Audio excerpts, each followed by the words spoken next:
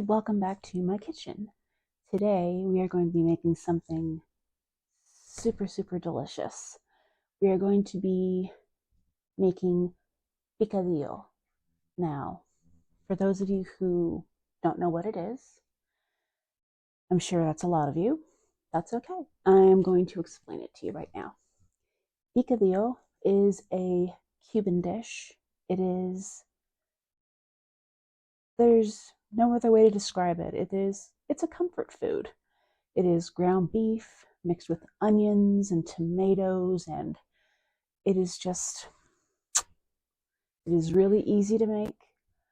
It is very budget friendly, and it just makes you feel good.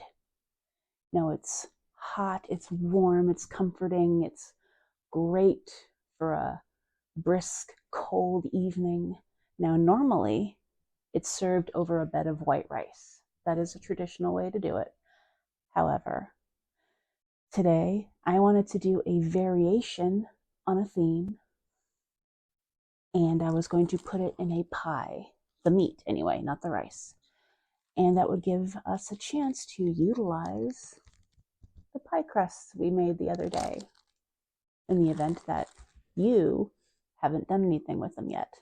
So I hope you're excited about this, because I sure am. I love making picadillo. It was one of my favorite dishes growing up. I grew up in a mostly Cuban household. My mother is from Cuba. I'm half Cuban, so I grew up eating a lot of Cuban food.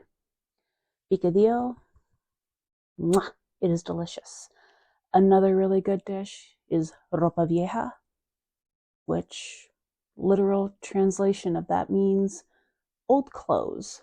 I don't know why it is called that, but it's basically old beef. You left any leftover steak, any leftover roast, you shred it up and you cook it with tomatoes and you serve it over rice, and it's amazing.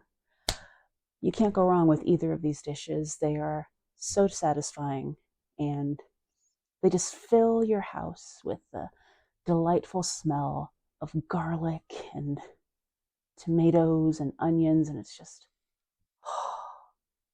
salivating just thinking about it. Anyway, let's get started with the first of the two pie crusts. Going to make sure your surface is floured.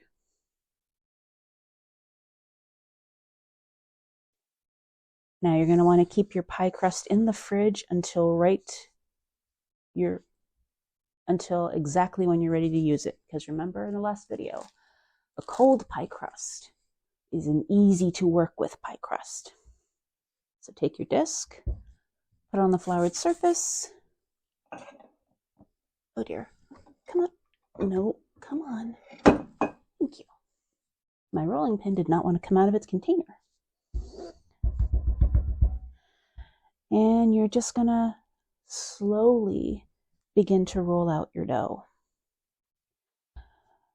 Now, you don't want to be too rough or too fast with the dough. Remember, it's cold. It's been either sitting in your freezer for a while or sitting in your fridge for a hot minute. Regardless, you need to gently ease it into the shape that you want. Now, you can either choose to do it in a round shape for a traditional pie dish, or if you don't have a traditional pie dish, you can do it just as nicely in a rectangle and put it in a rectangular baking dish. That works just as well. And yeah, just like I said, nice and easy, nice and gentle. Now you don't have to worry about greasing the pie dish or the baking dish, because remember, this crust dough has a lot of butter and shortening already in it. It will be just fine. At least that's what I've found. However, if you would feel more secure, more comfortable, if you will, you can go ahead and very lightly grease the bottom of the baking dish if it makes you feel, if it gives you comfort. I am not here to tell you what to do in your kitchen. Just trying to have a little fun, have a little gab session, and hopefully teach you something new and delicious, by the way.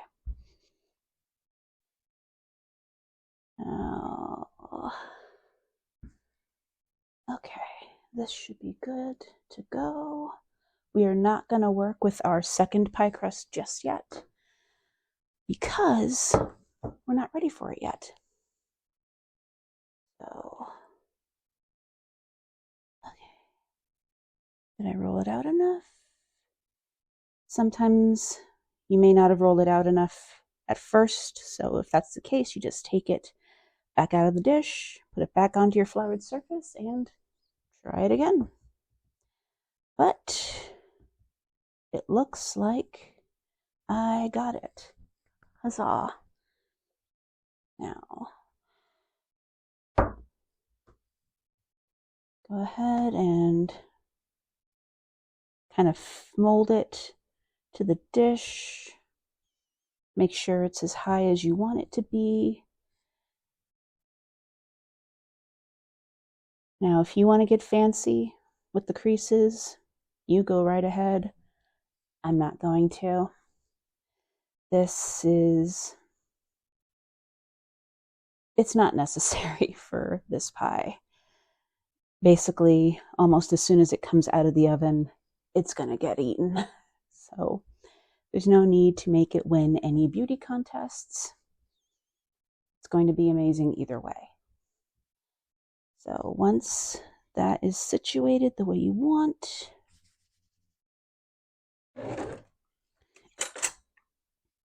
go ahead and just cut off any extra bits. You can use them later to fix any breaks that you may see in the crust. You can just use them to patch the hole before the dish goes into the oven. You don't want to throw away these little cuttings just yet, because you never know if you'll need them. So until you do, you can just keep them in a little ball on your floured surface, whether it be a cutting board, a mat like I have here, or a clean kitchen counter. Very, very clean. Because remember, not only are you rolling this dough, just make sure that your counter is clean, because you're rolling this dough onto it, it's going to pick stuff up.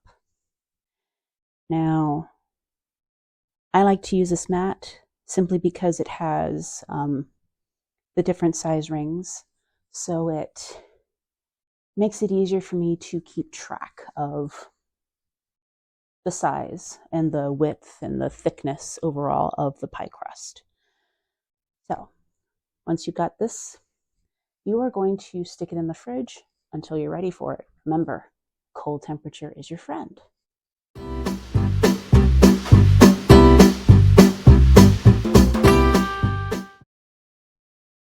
And now we're ready to make the picadillo.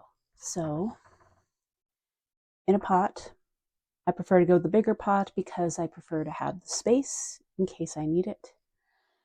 You are going to, over medium heat, medium, you're going to heat up some olive oil. And once it's hot, you are going to take an onion that you have peeled and chopped. I like to use yellow onions, but you can use a white one. I'm just going to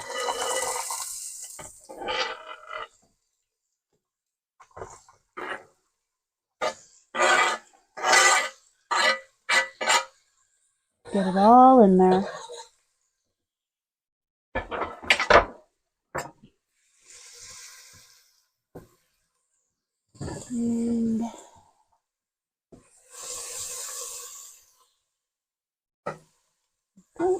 that light a little bit.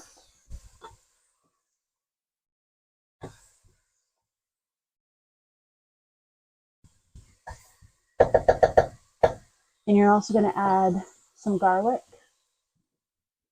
I use the minced that comes in the container because it's just easier, it's more convenient. And you can just measure with your heart. That's what I do.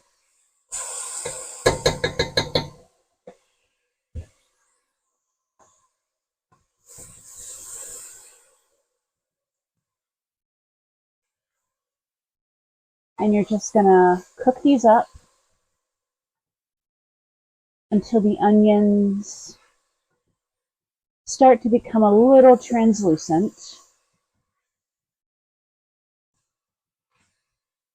You can add a little bit more olive oil if you want. I love these things, they're very handy. And once you buy the olive oil from the market and put it in there, you can actually infuse it with things that you enjoy, whether it be minced onions, garlic, or even bay leaves. They all serve to work very well together in giving the olive oil a little something extra. Now this dish was a very popular staple in my house growing up. Because like I said, it was really good when you're on a tight budget. It was very filling. And you can easily stretch it out just depending on how much ground beef or ground turkey that you add. Alright, the onions are ready. We are now going to add a pound of ground beef. Now, I'm only using a pound because there's only 3 of us in our house. And I'm only making 1 pie. So 1 pound is plenty. However, if you wanted to, let me turn the heat down a little. If you're cooking for a larger amount of people, if you had more than 3 people, or if you wanted to make sure that you had plenty of leftovers that you could either freeze for another day or save to eat later throughout the week, you can always throw in 2 or even 3 pounds of ground beef and just adjust your other ingredients accordingly. Regardless, it is a very forgiving dish. It is very easy for even the most inexperienced of cooks to make. And it's going to come out delicious every time. It's really difficult to mess this dish up. So if you're not particularly confident in your culinary skills, I urge you to give this a try. Even if you don't make it in a pie, just serving it in its basic form over a bed of white rice is amazing. Trust me, you can do no wrong with this dish. Guarantee you, it will leave you feeling warm, contented, and full.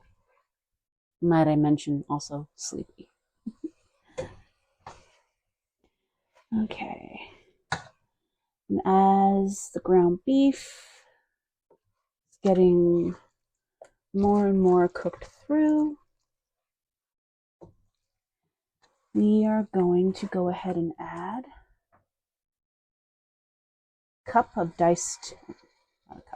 a can of diced tomatoes. The whole can, fluid and all. Go ahead and stir that in. Then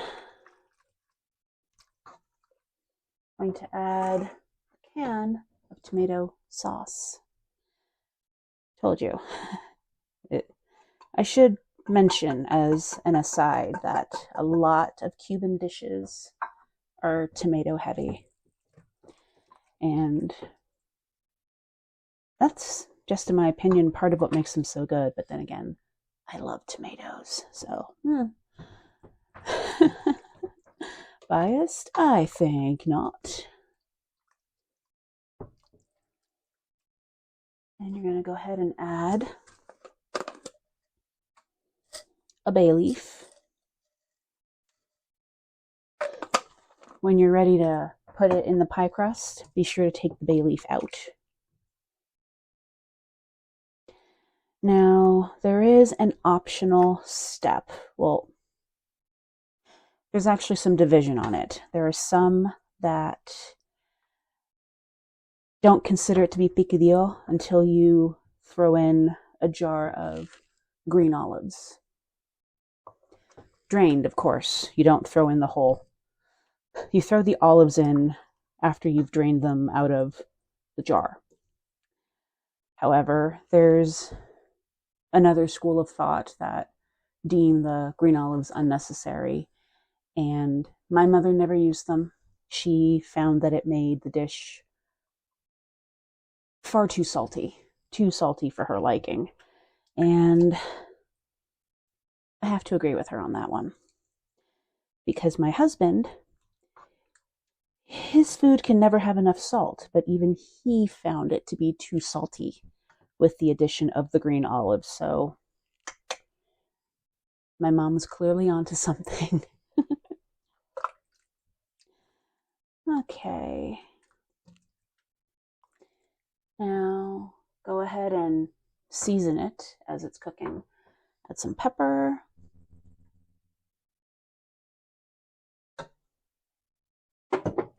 Add some salt.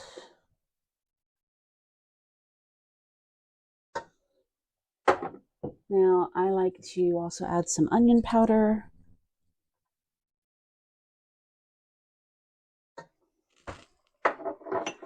And some garlic powder as well. Never have enough garlic. That was my mother's mentality. She loved cooking with garlic. I also love cooking with garlic. There's just something about the smell of garlic that's just warm and inviting.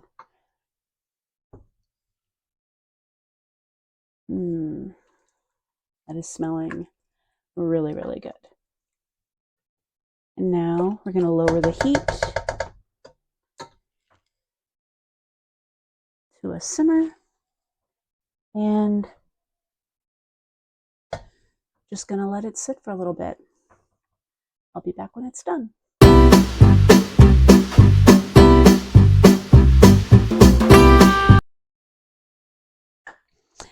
All right, we have our picadillo. We have our bottom pie crust. First of all, mandatory taste test.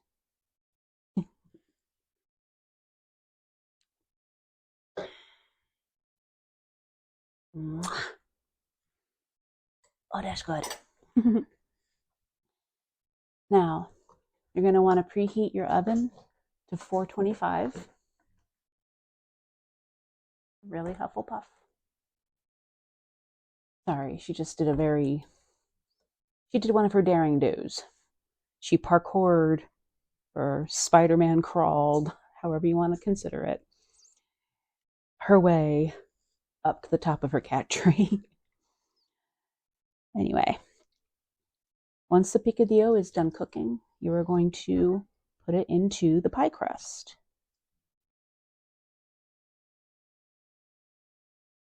And just kind of spoon it in, make sure that it gets spread out evenly. I am so excited to eat this pie when it is all ready and baked. That is going to be a very meaty, satisfying, and filling dinner for my family. Now, remember to take out the bay leaf. And then we are going to that aside. I'm going to put this back into the fridge. Actually, you know what? We're just going to let it sit here.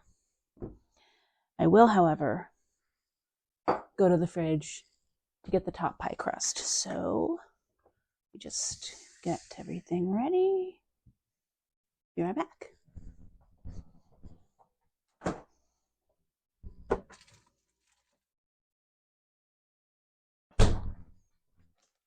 And here we are.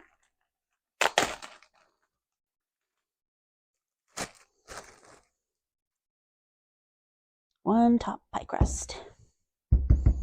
All right, and just like with the bottom one, gonna be nice and gentle as you ease it out into a circle or a square if that's the type of baking dish you're using.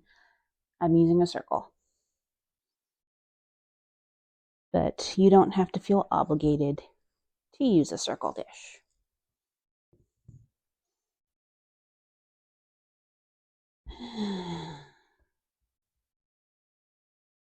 Tell ya, this crust is so buttery. It's just so delicious. It will just, and you can use it, like I said in the crust making video earlier, you can use it in both sweet and savory dishes. It is a very versatile crust. And it is the perfect crust to have in your arsenal. There we go. Now, if you were doing a sweet crust, a sweet pie, fruit pie, you can very easily, after you finish rolling this top crust out, you can very easily slice it to make it form to form it yourself into a lattice, or you can just get as creative as you want. Eek! Let go. Thank you. All right. That should... let me roll it out a little bit more. Better safe than sorry.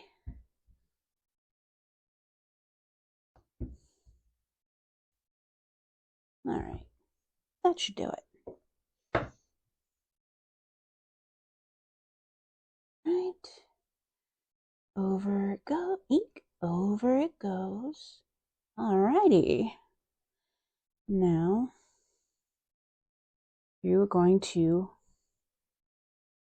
press the two layers of crust together.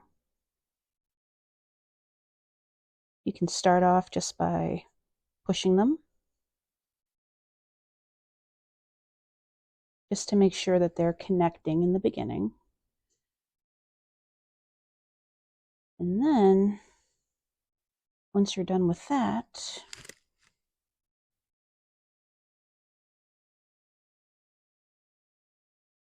you can grab a fork.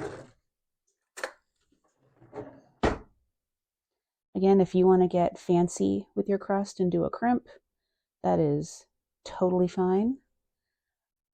I am not going to be doing that. So I'm going to be taking a fork and just pressing down along the edge to make sure that they get stuck together and they stay there. Now I notice here that there's a couple of gaps, but have no fear, because that is what these remnants are for. And just tear off a little piece, roll it like Play-Doh, and just mush it in there. And you're good as gold. And once you're finished with this, you're going to, of course, going to wait for your oven to finish preheating. Did I mention? Can't remember if I mentioned it or not, but it needs to preheat to 425. And then once it's ready to receive the pie, You are going to put it in the oven for 35 minutes or until it's golden brown. Now, be careful. Don't, I know it's going to be very tempting. Trust me, I know, because it is going to smell amazing as it's cooking. But do not cut into it and eat it right away. Let it rest for a little bit. You don't need to be biting into the ninth circle of, actually no, it wouldn't be the ninth circle of hell. That would be ice. You don't need to be biting into a lava rock. Let's go with that. Yeah. And that is it for this step. I will see you when it's time to take our pie out of the oven. It's ready to go in. This crust is going to be gorgeous, and the pie is going to be absolutely decadent between the savoriness of the meat and the butteriness of the crust. My cats are starting to get froggy, my 2 boy cats, so yeah, I will see you when it's time to take this out of the oven. Until then.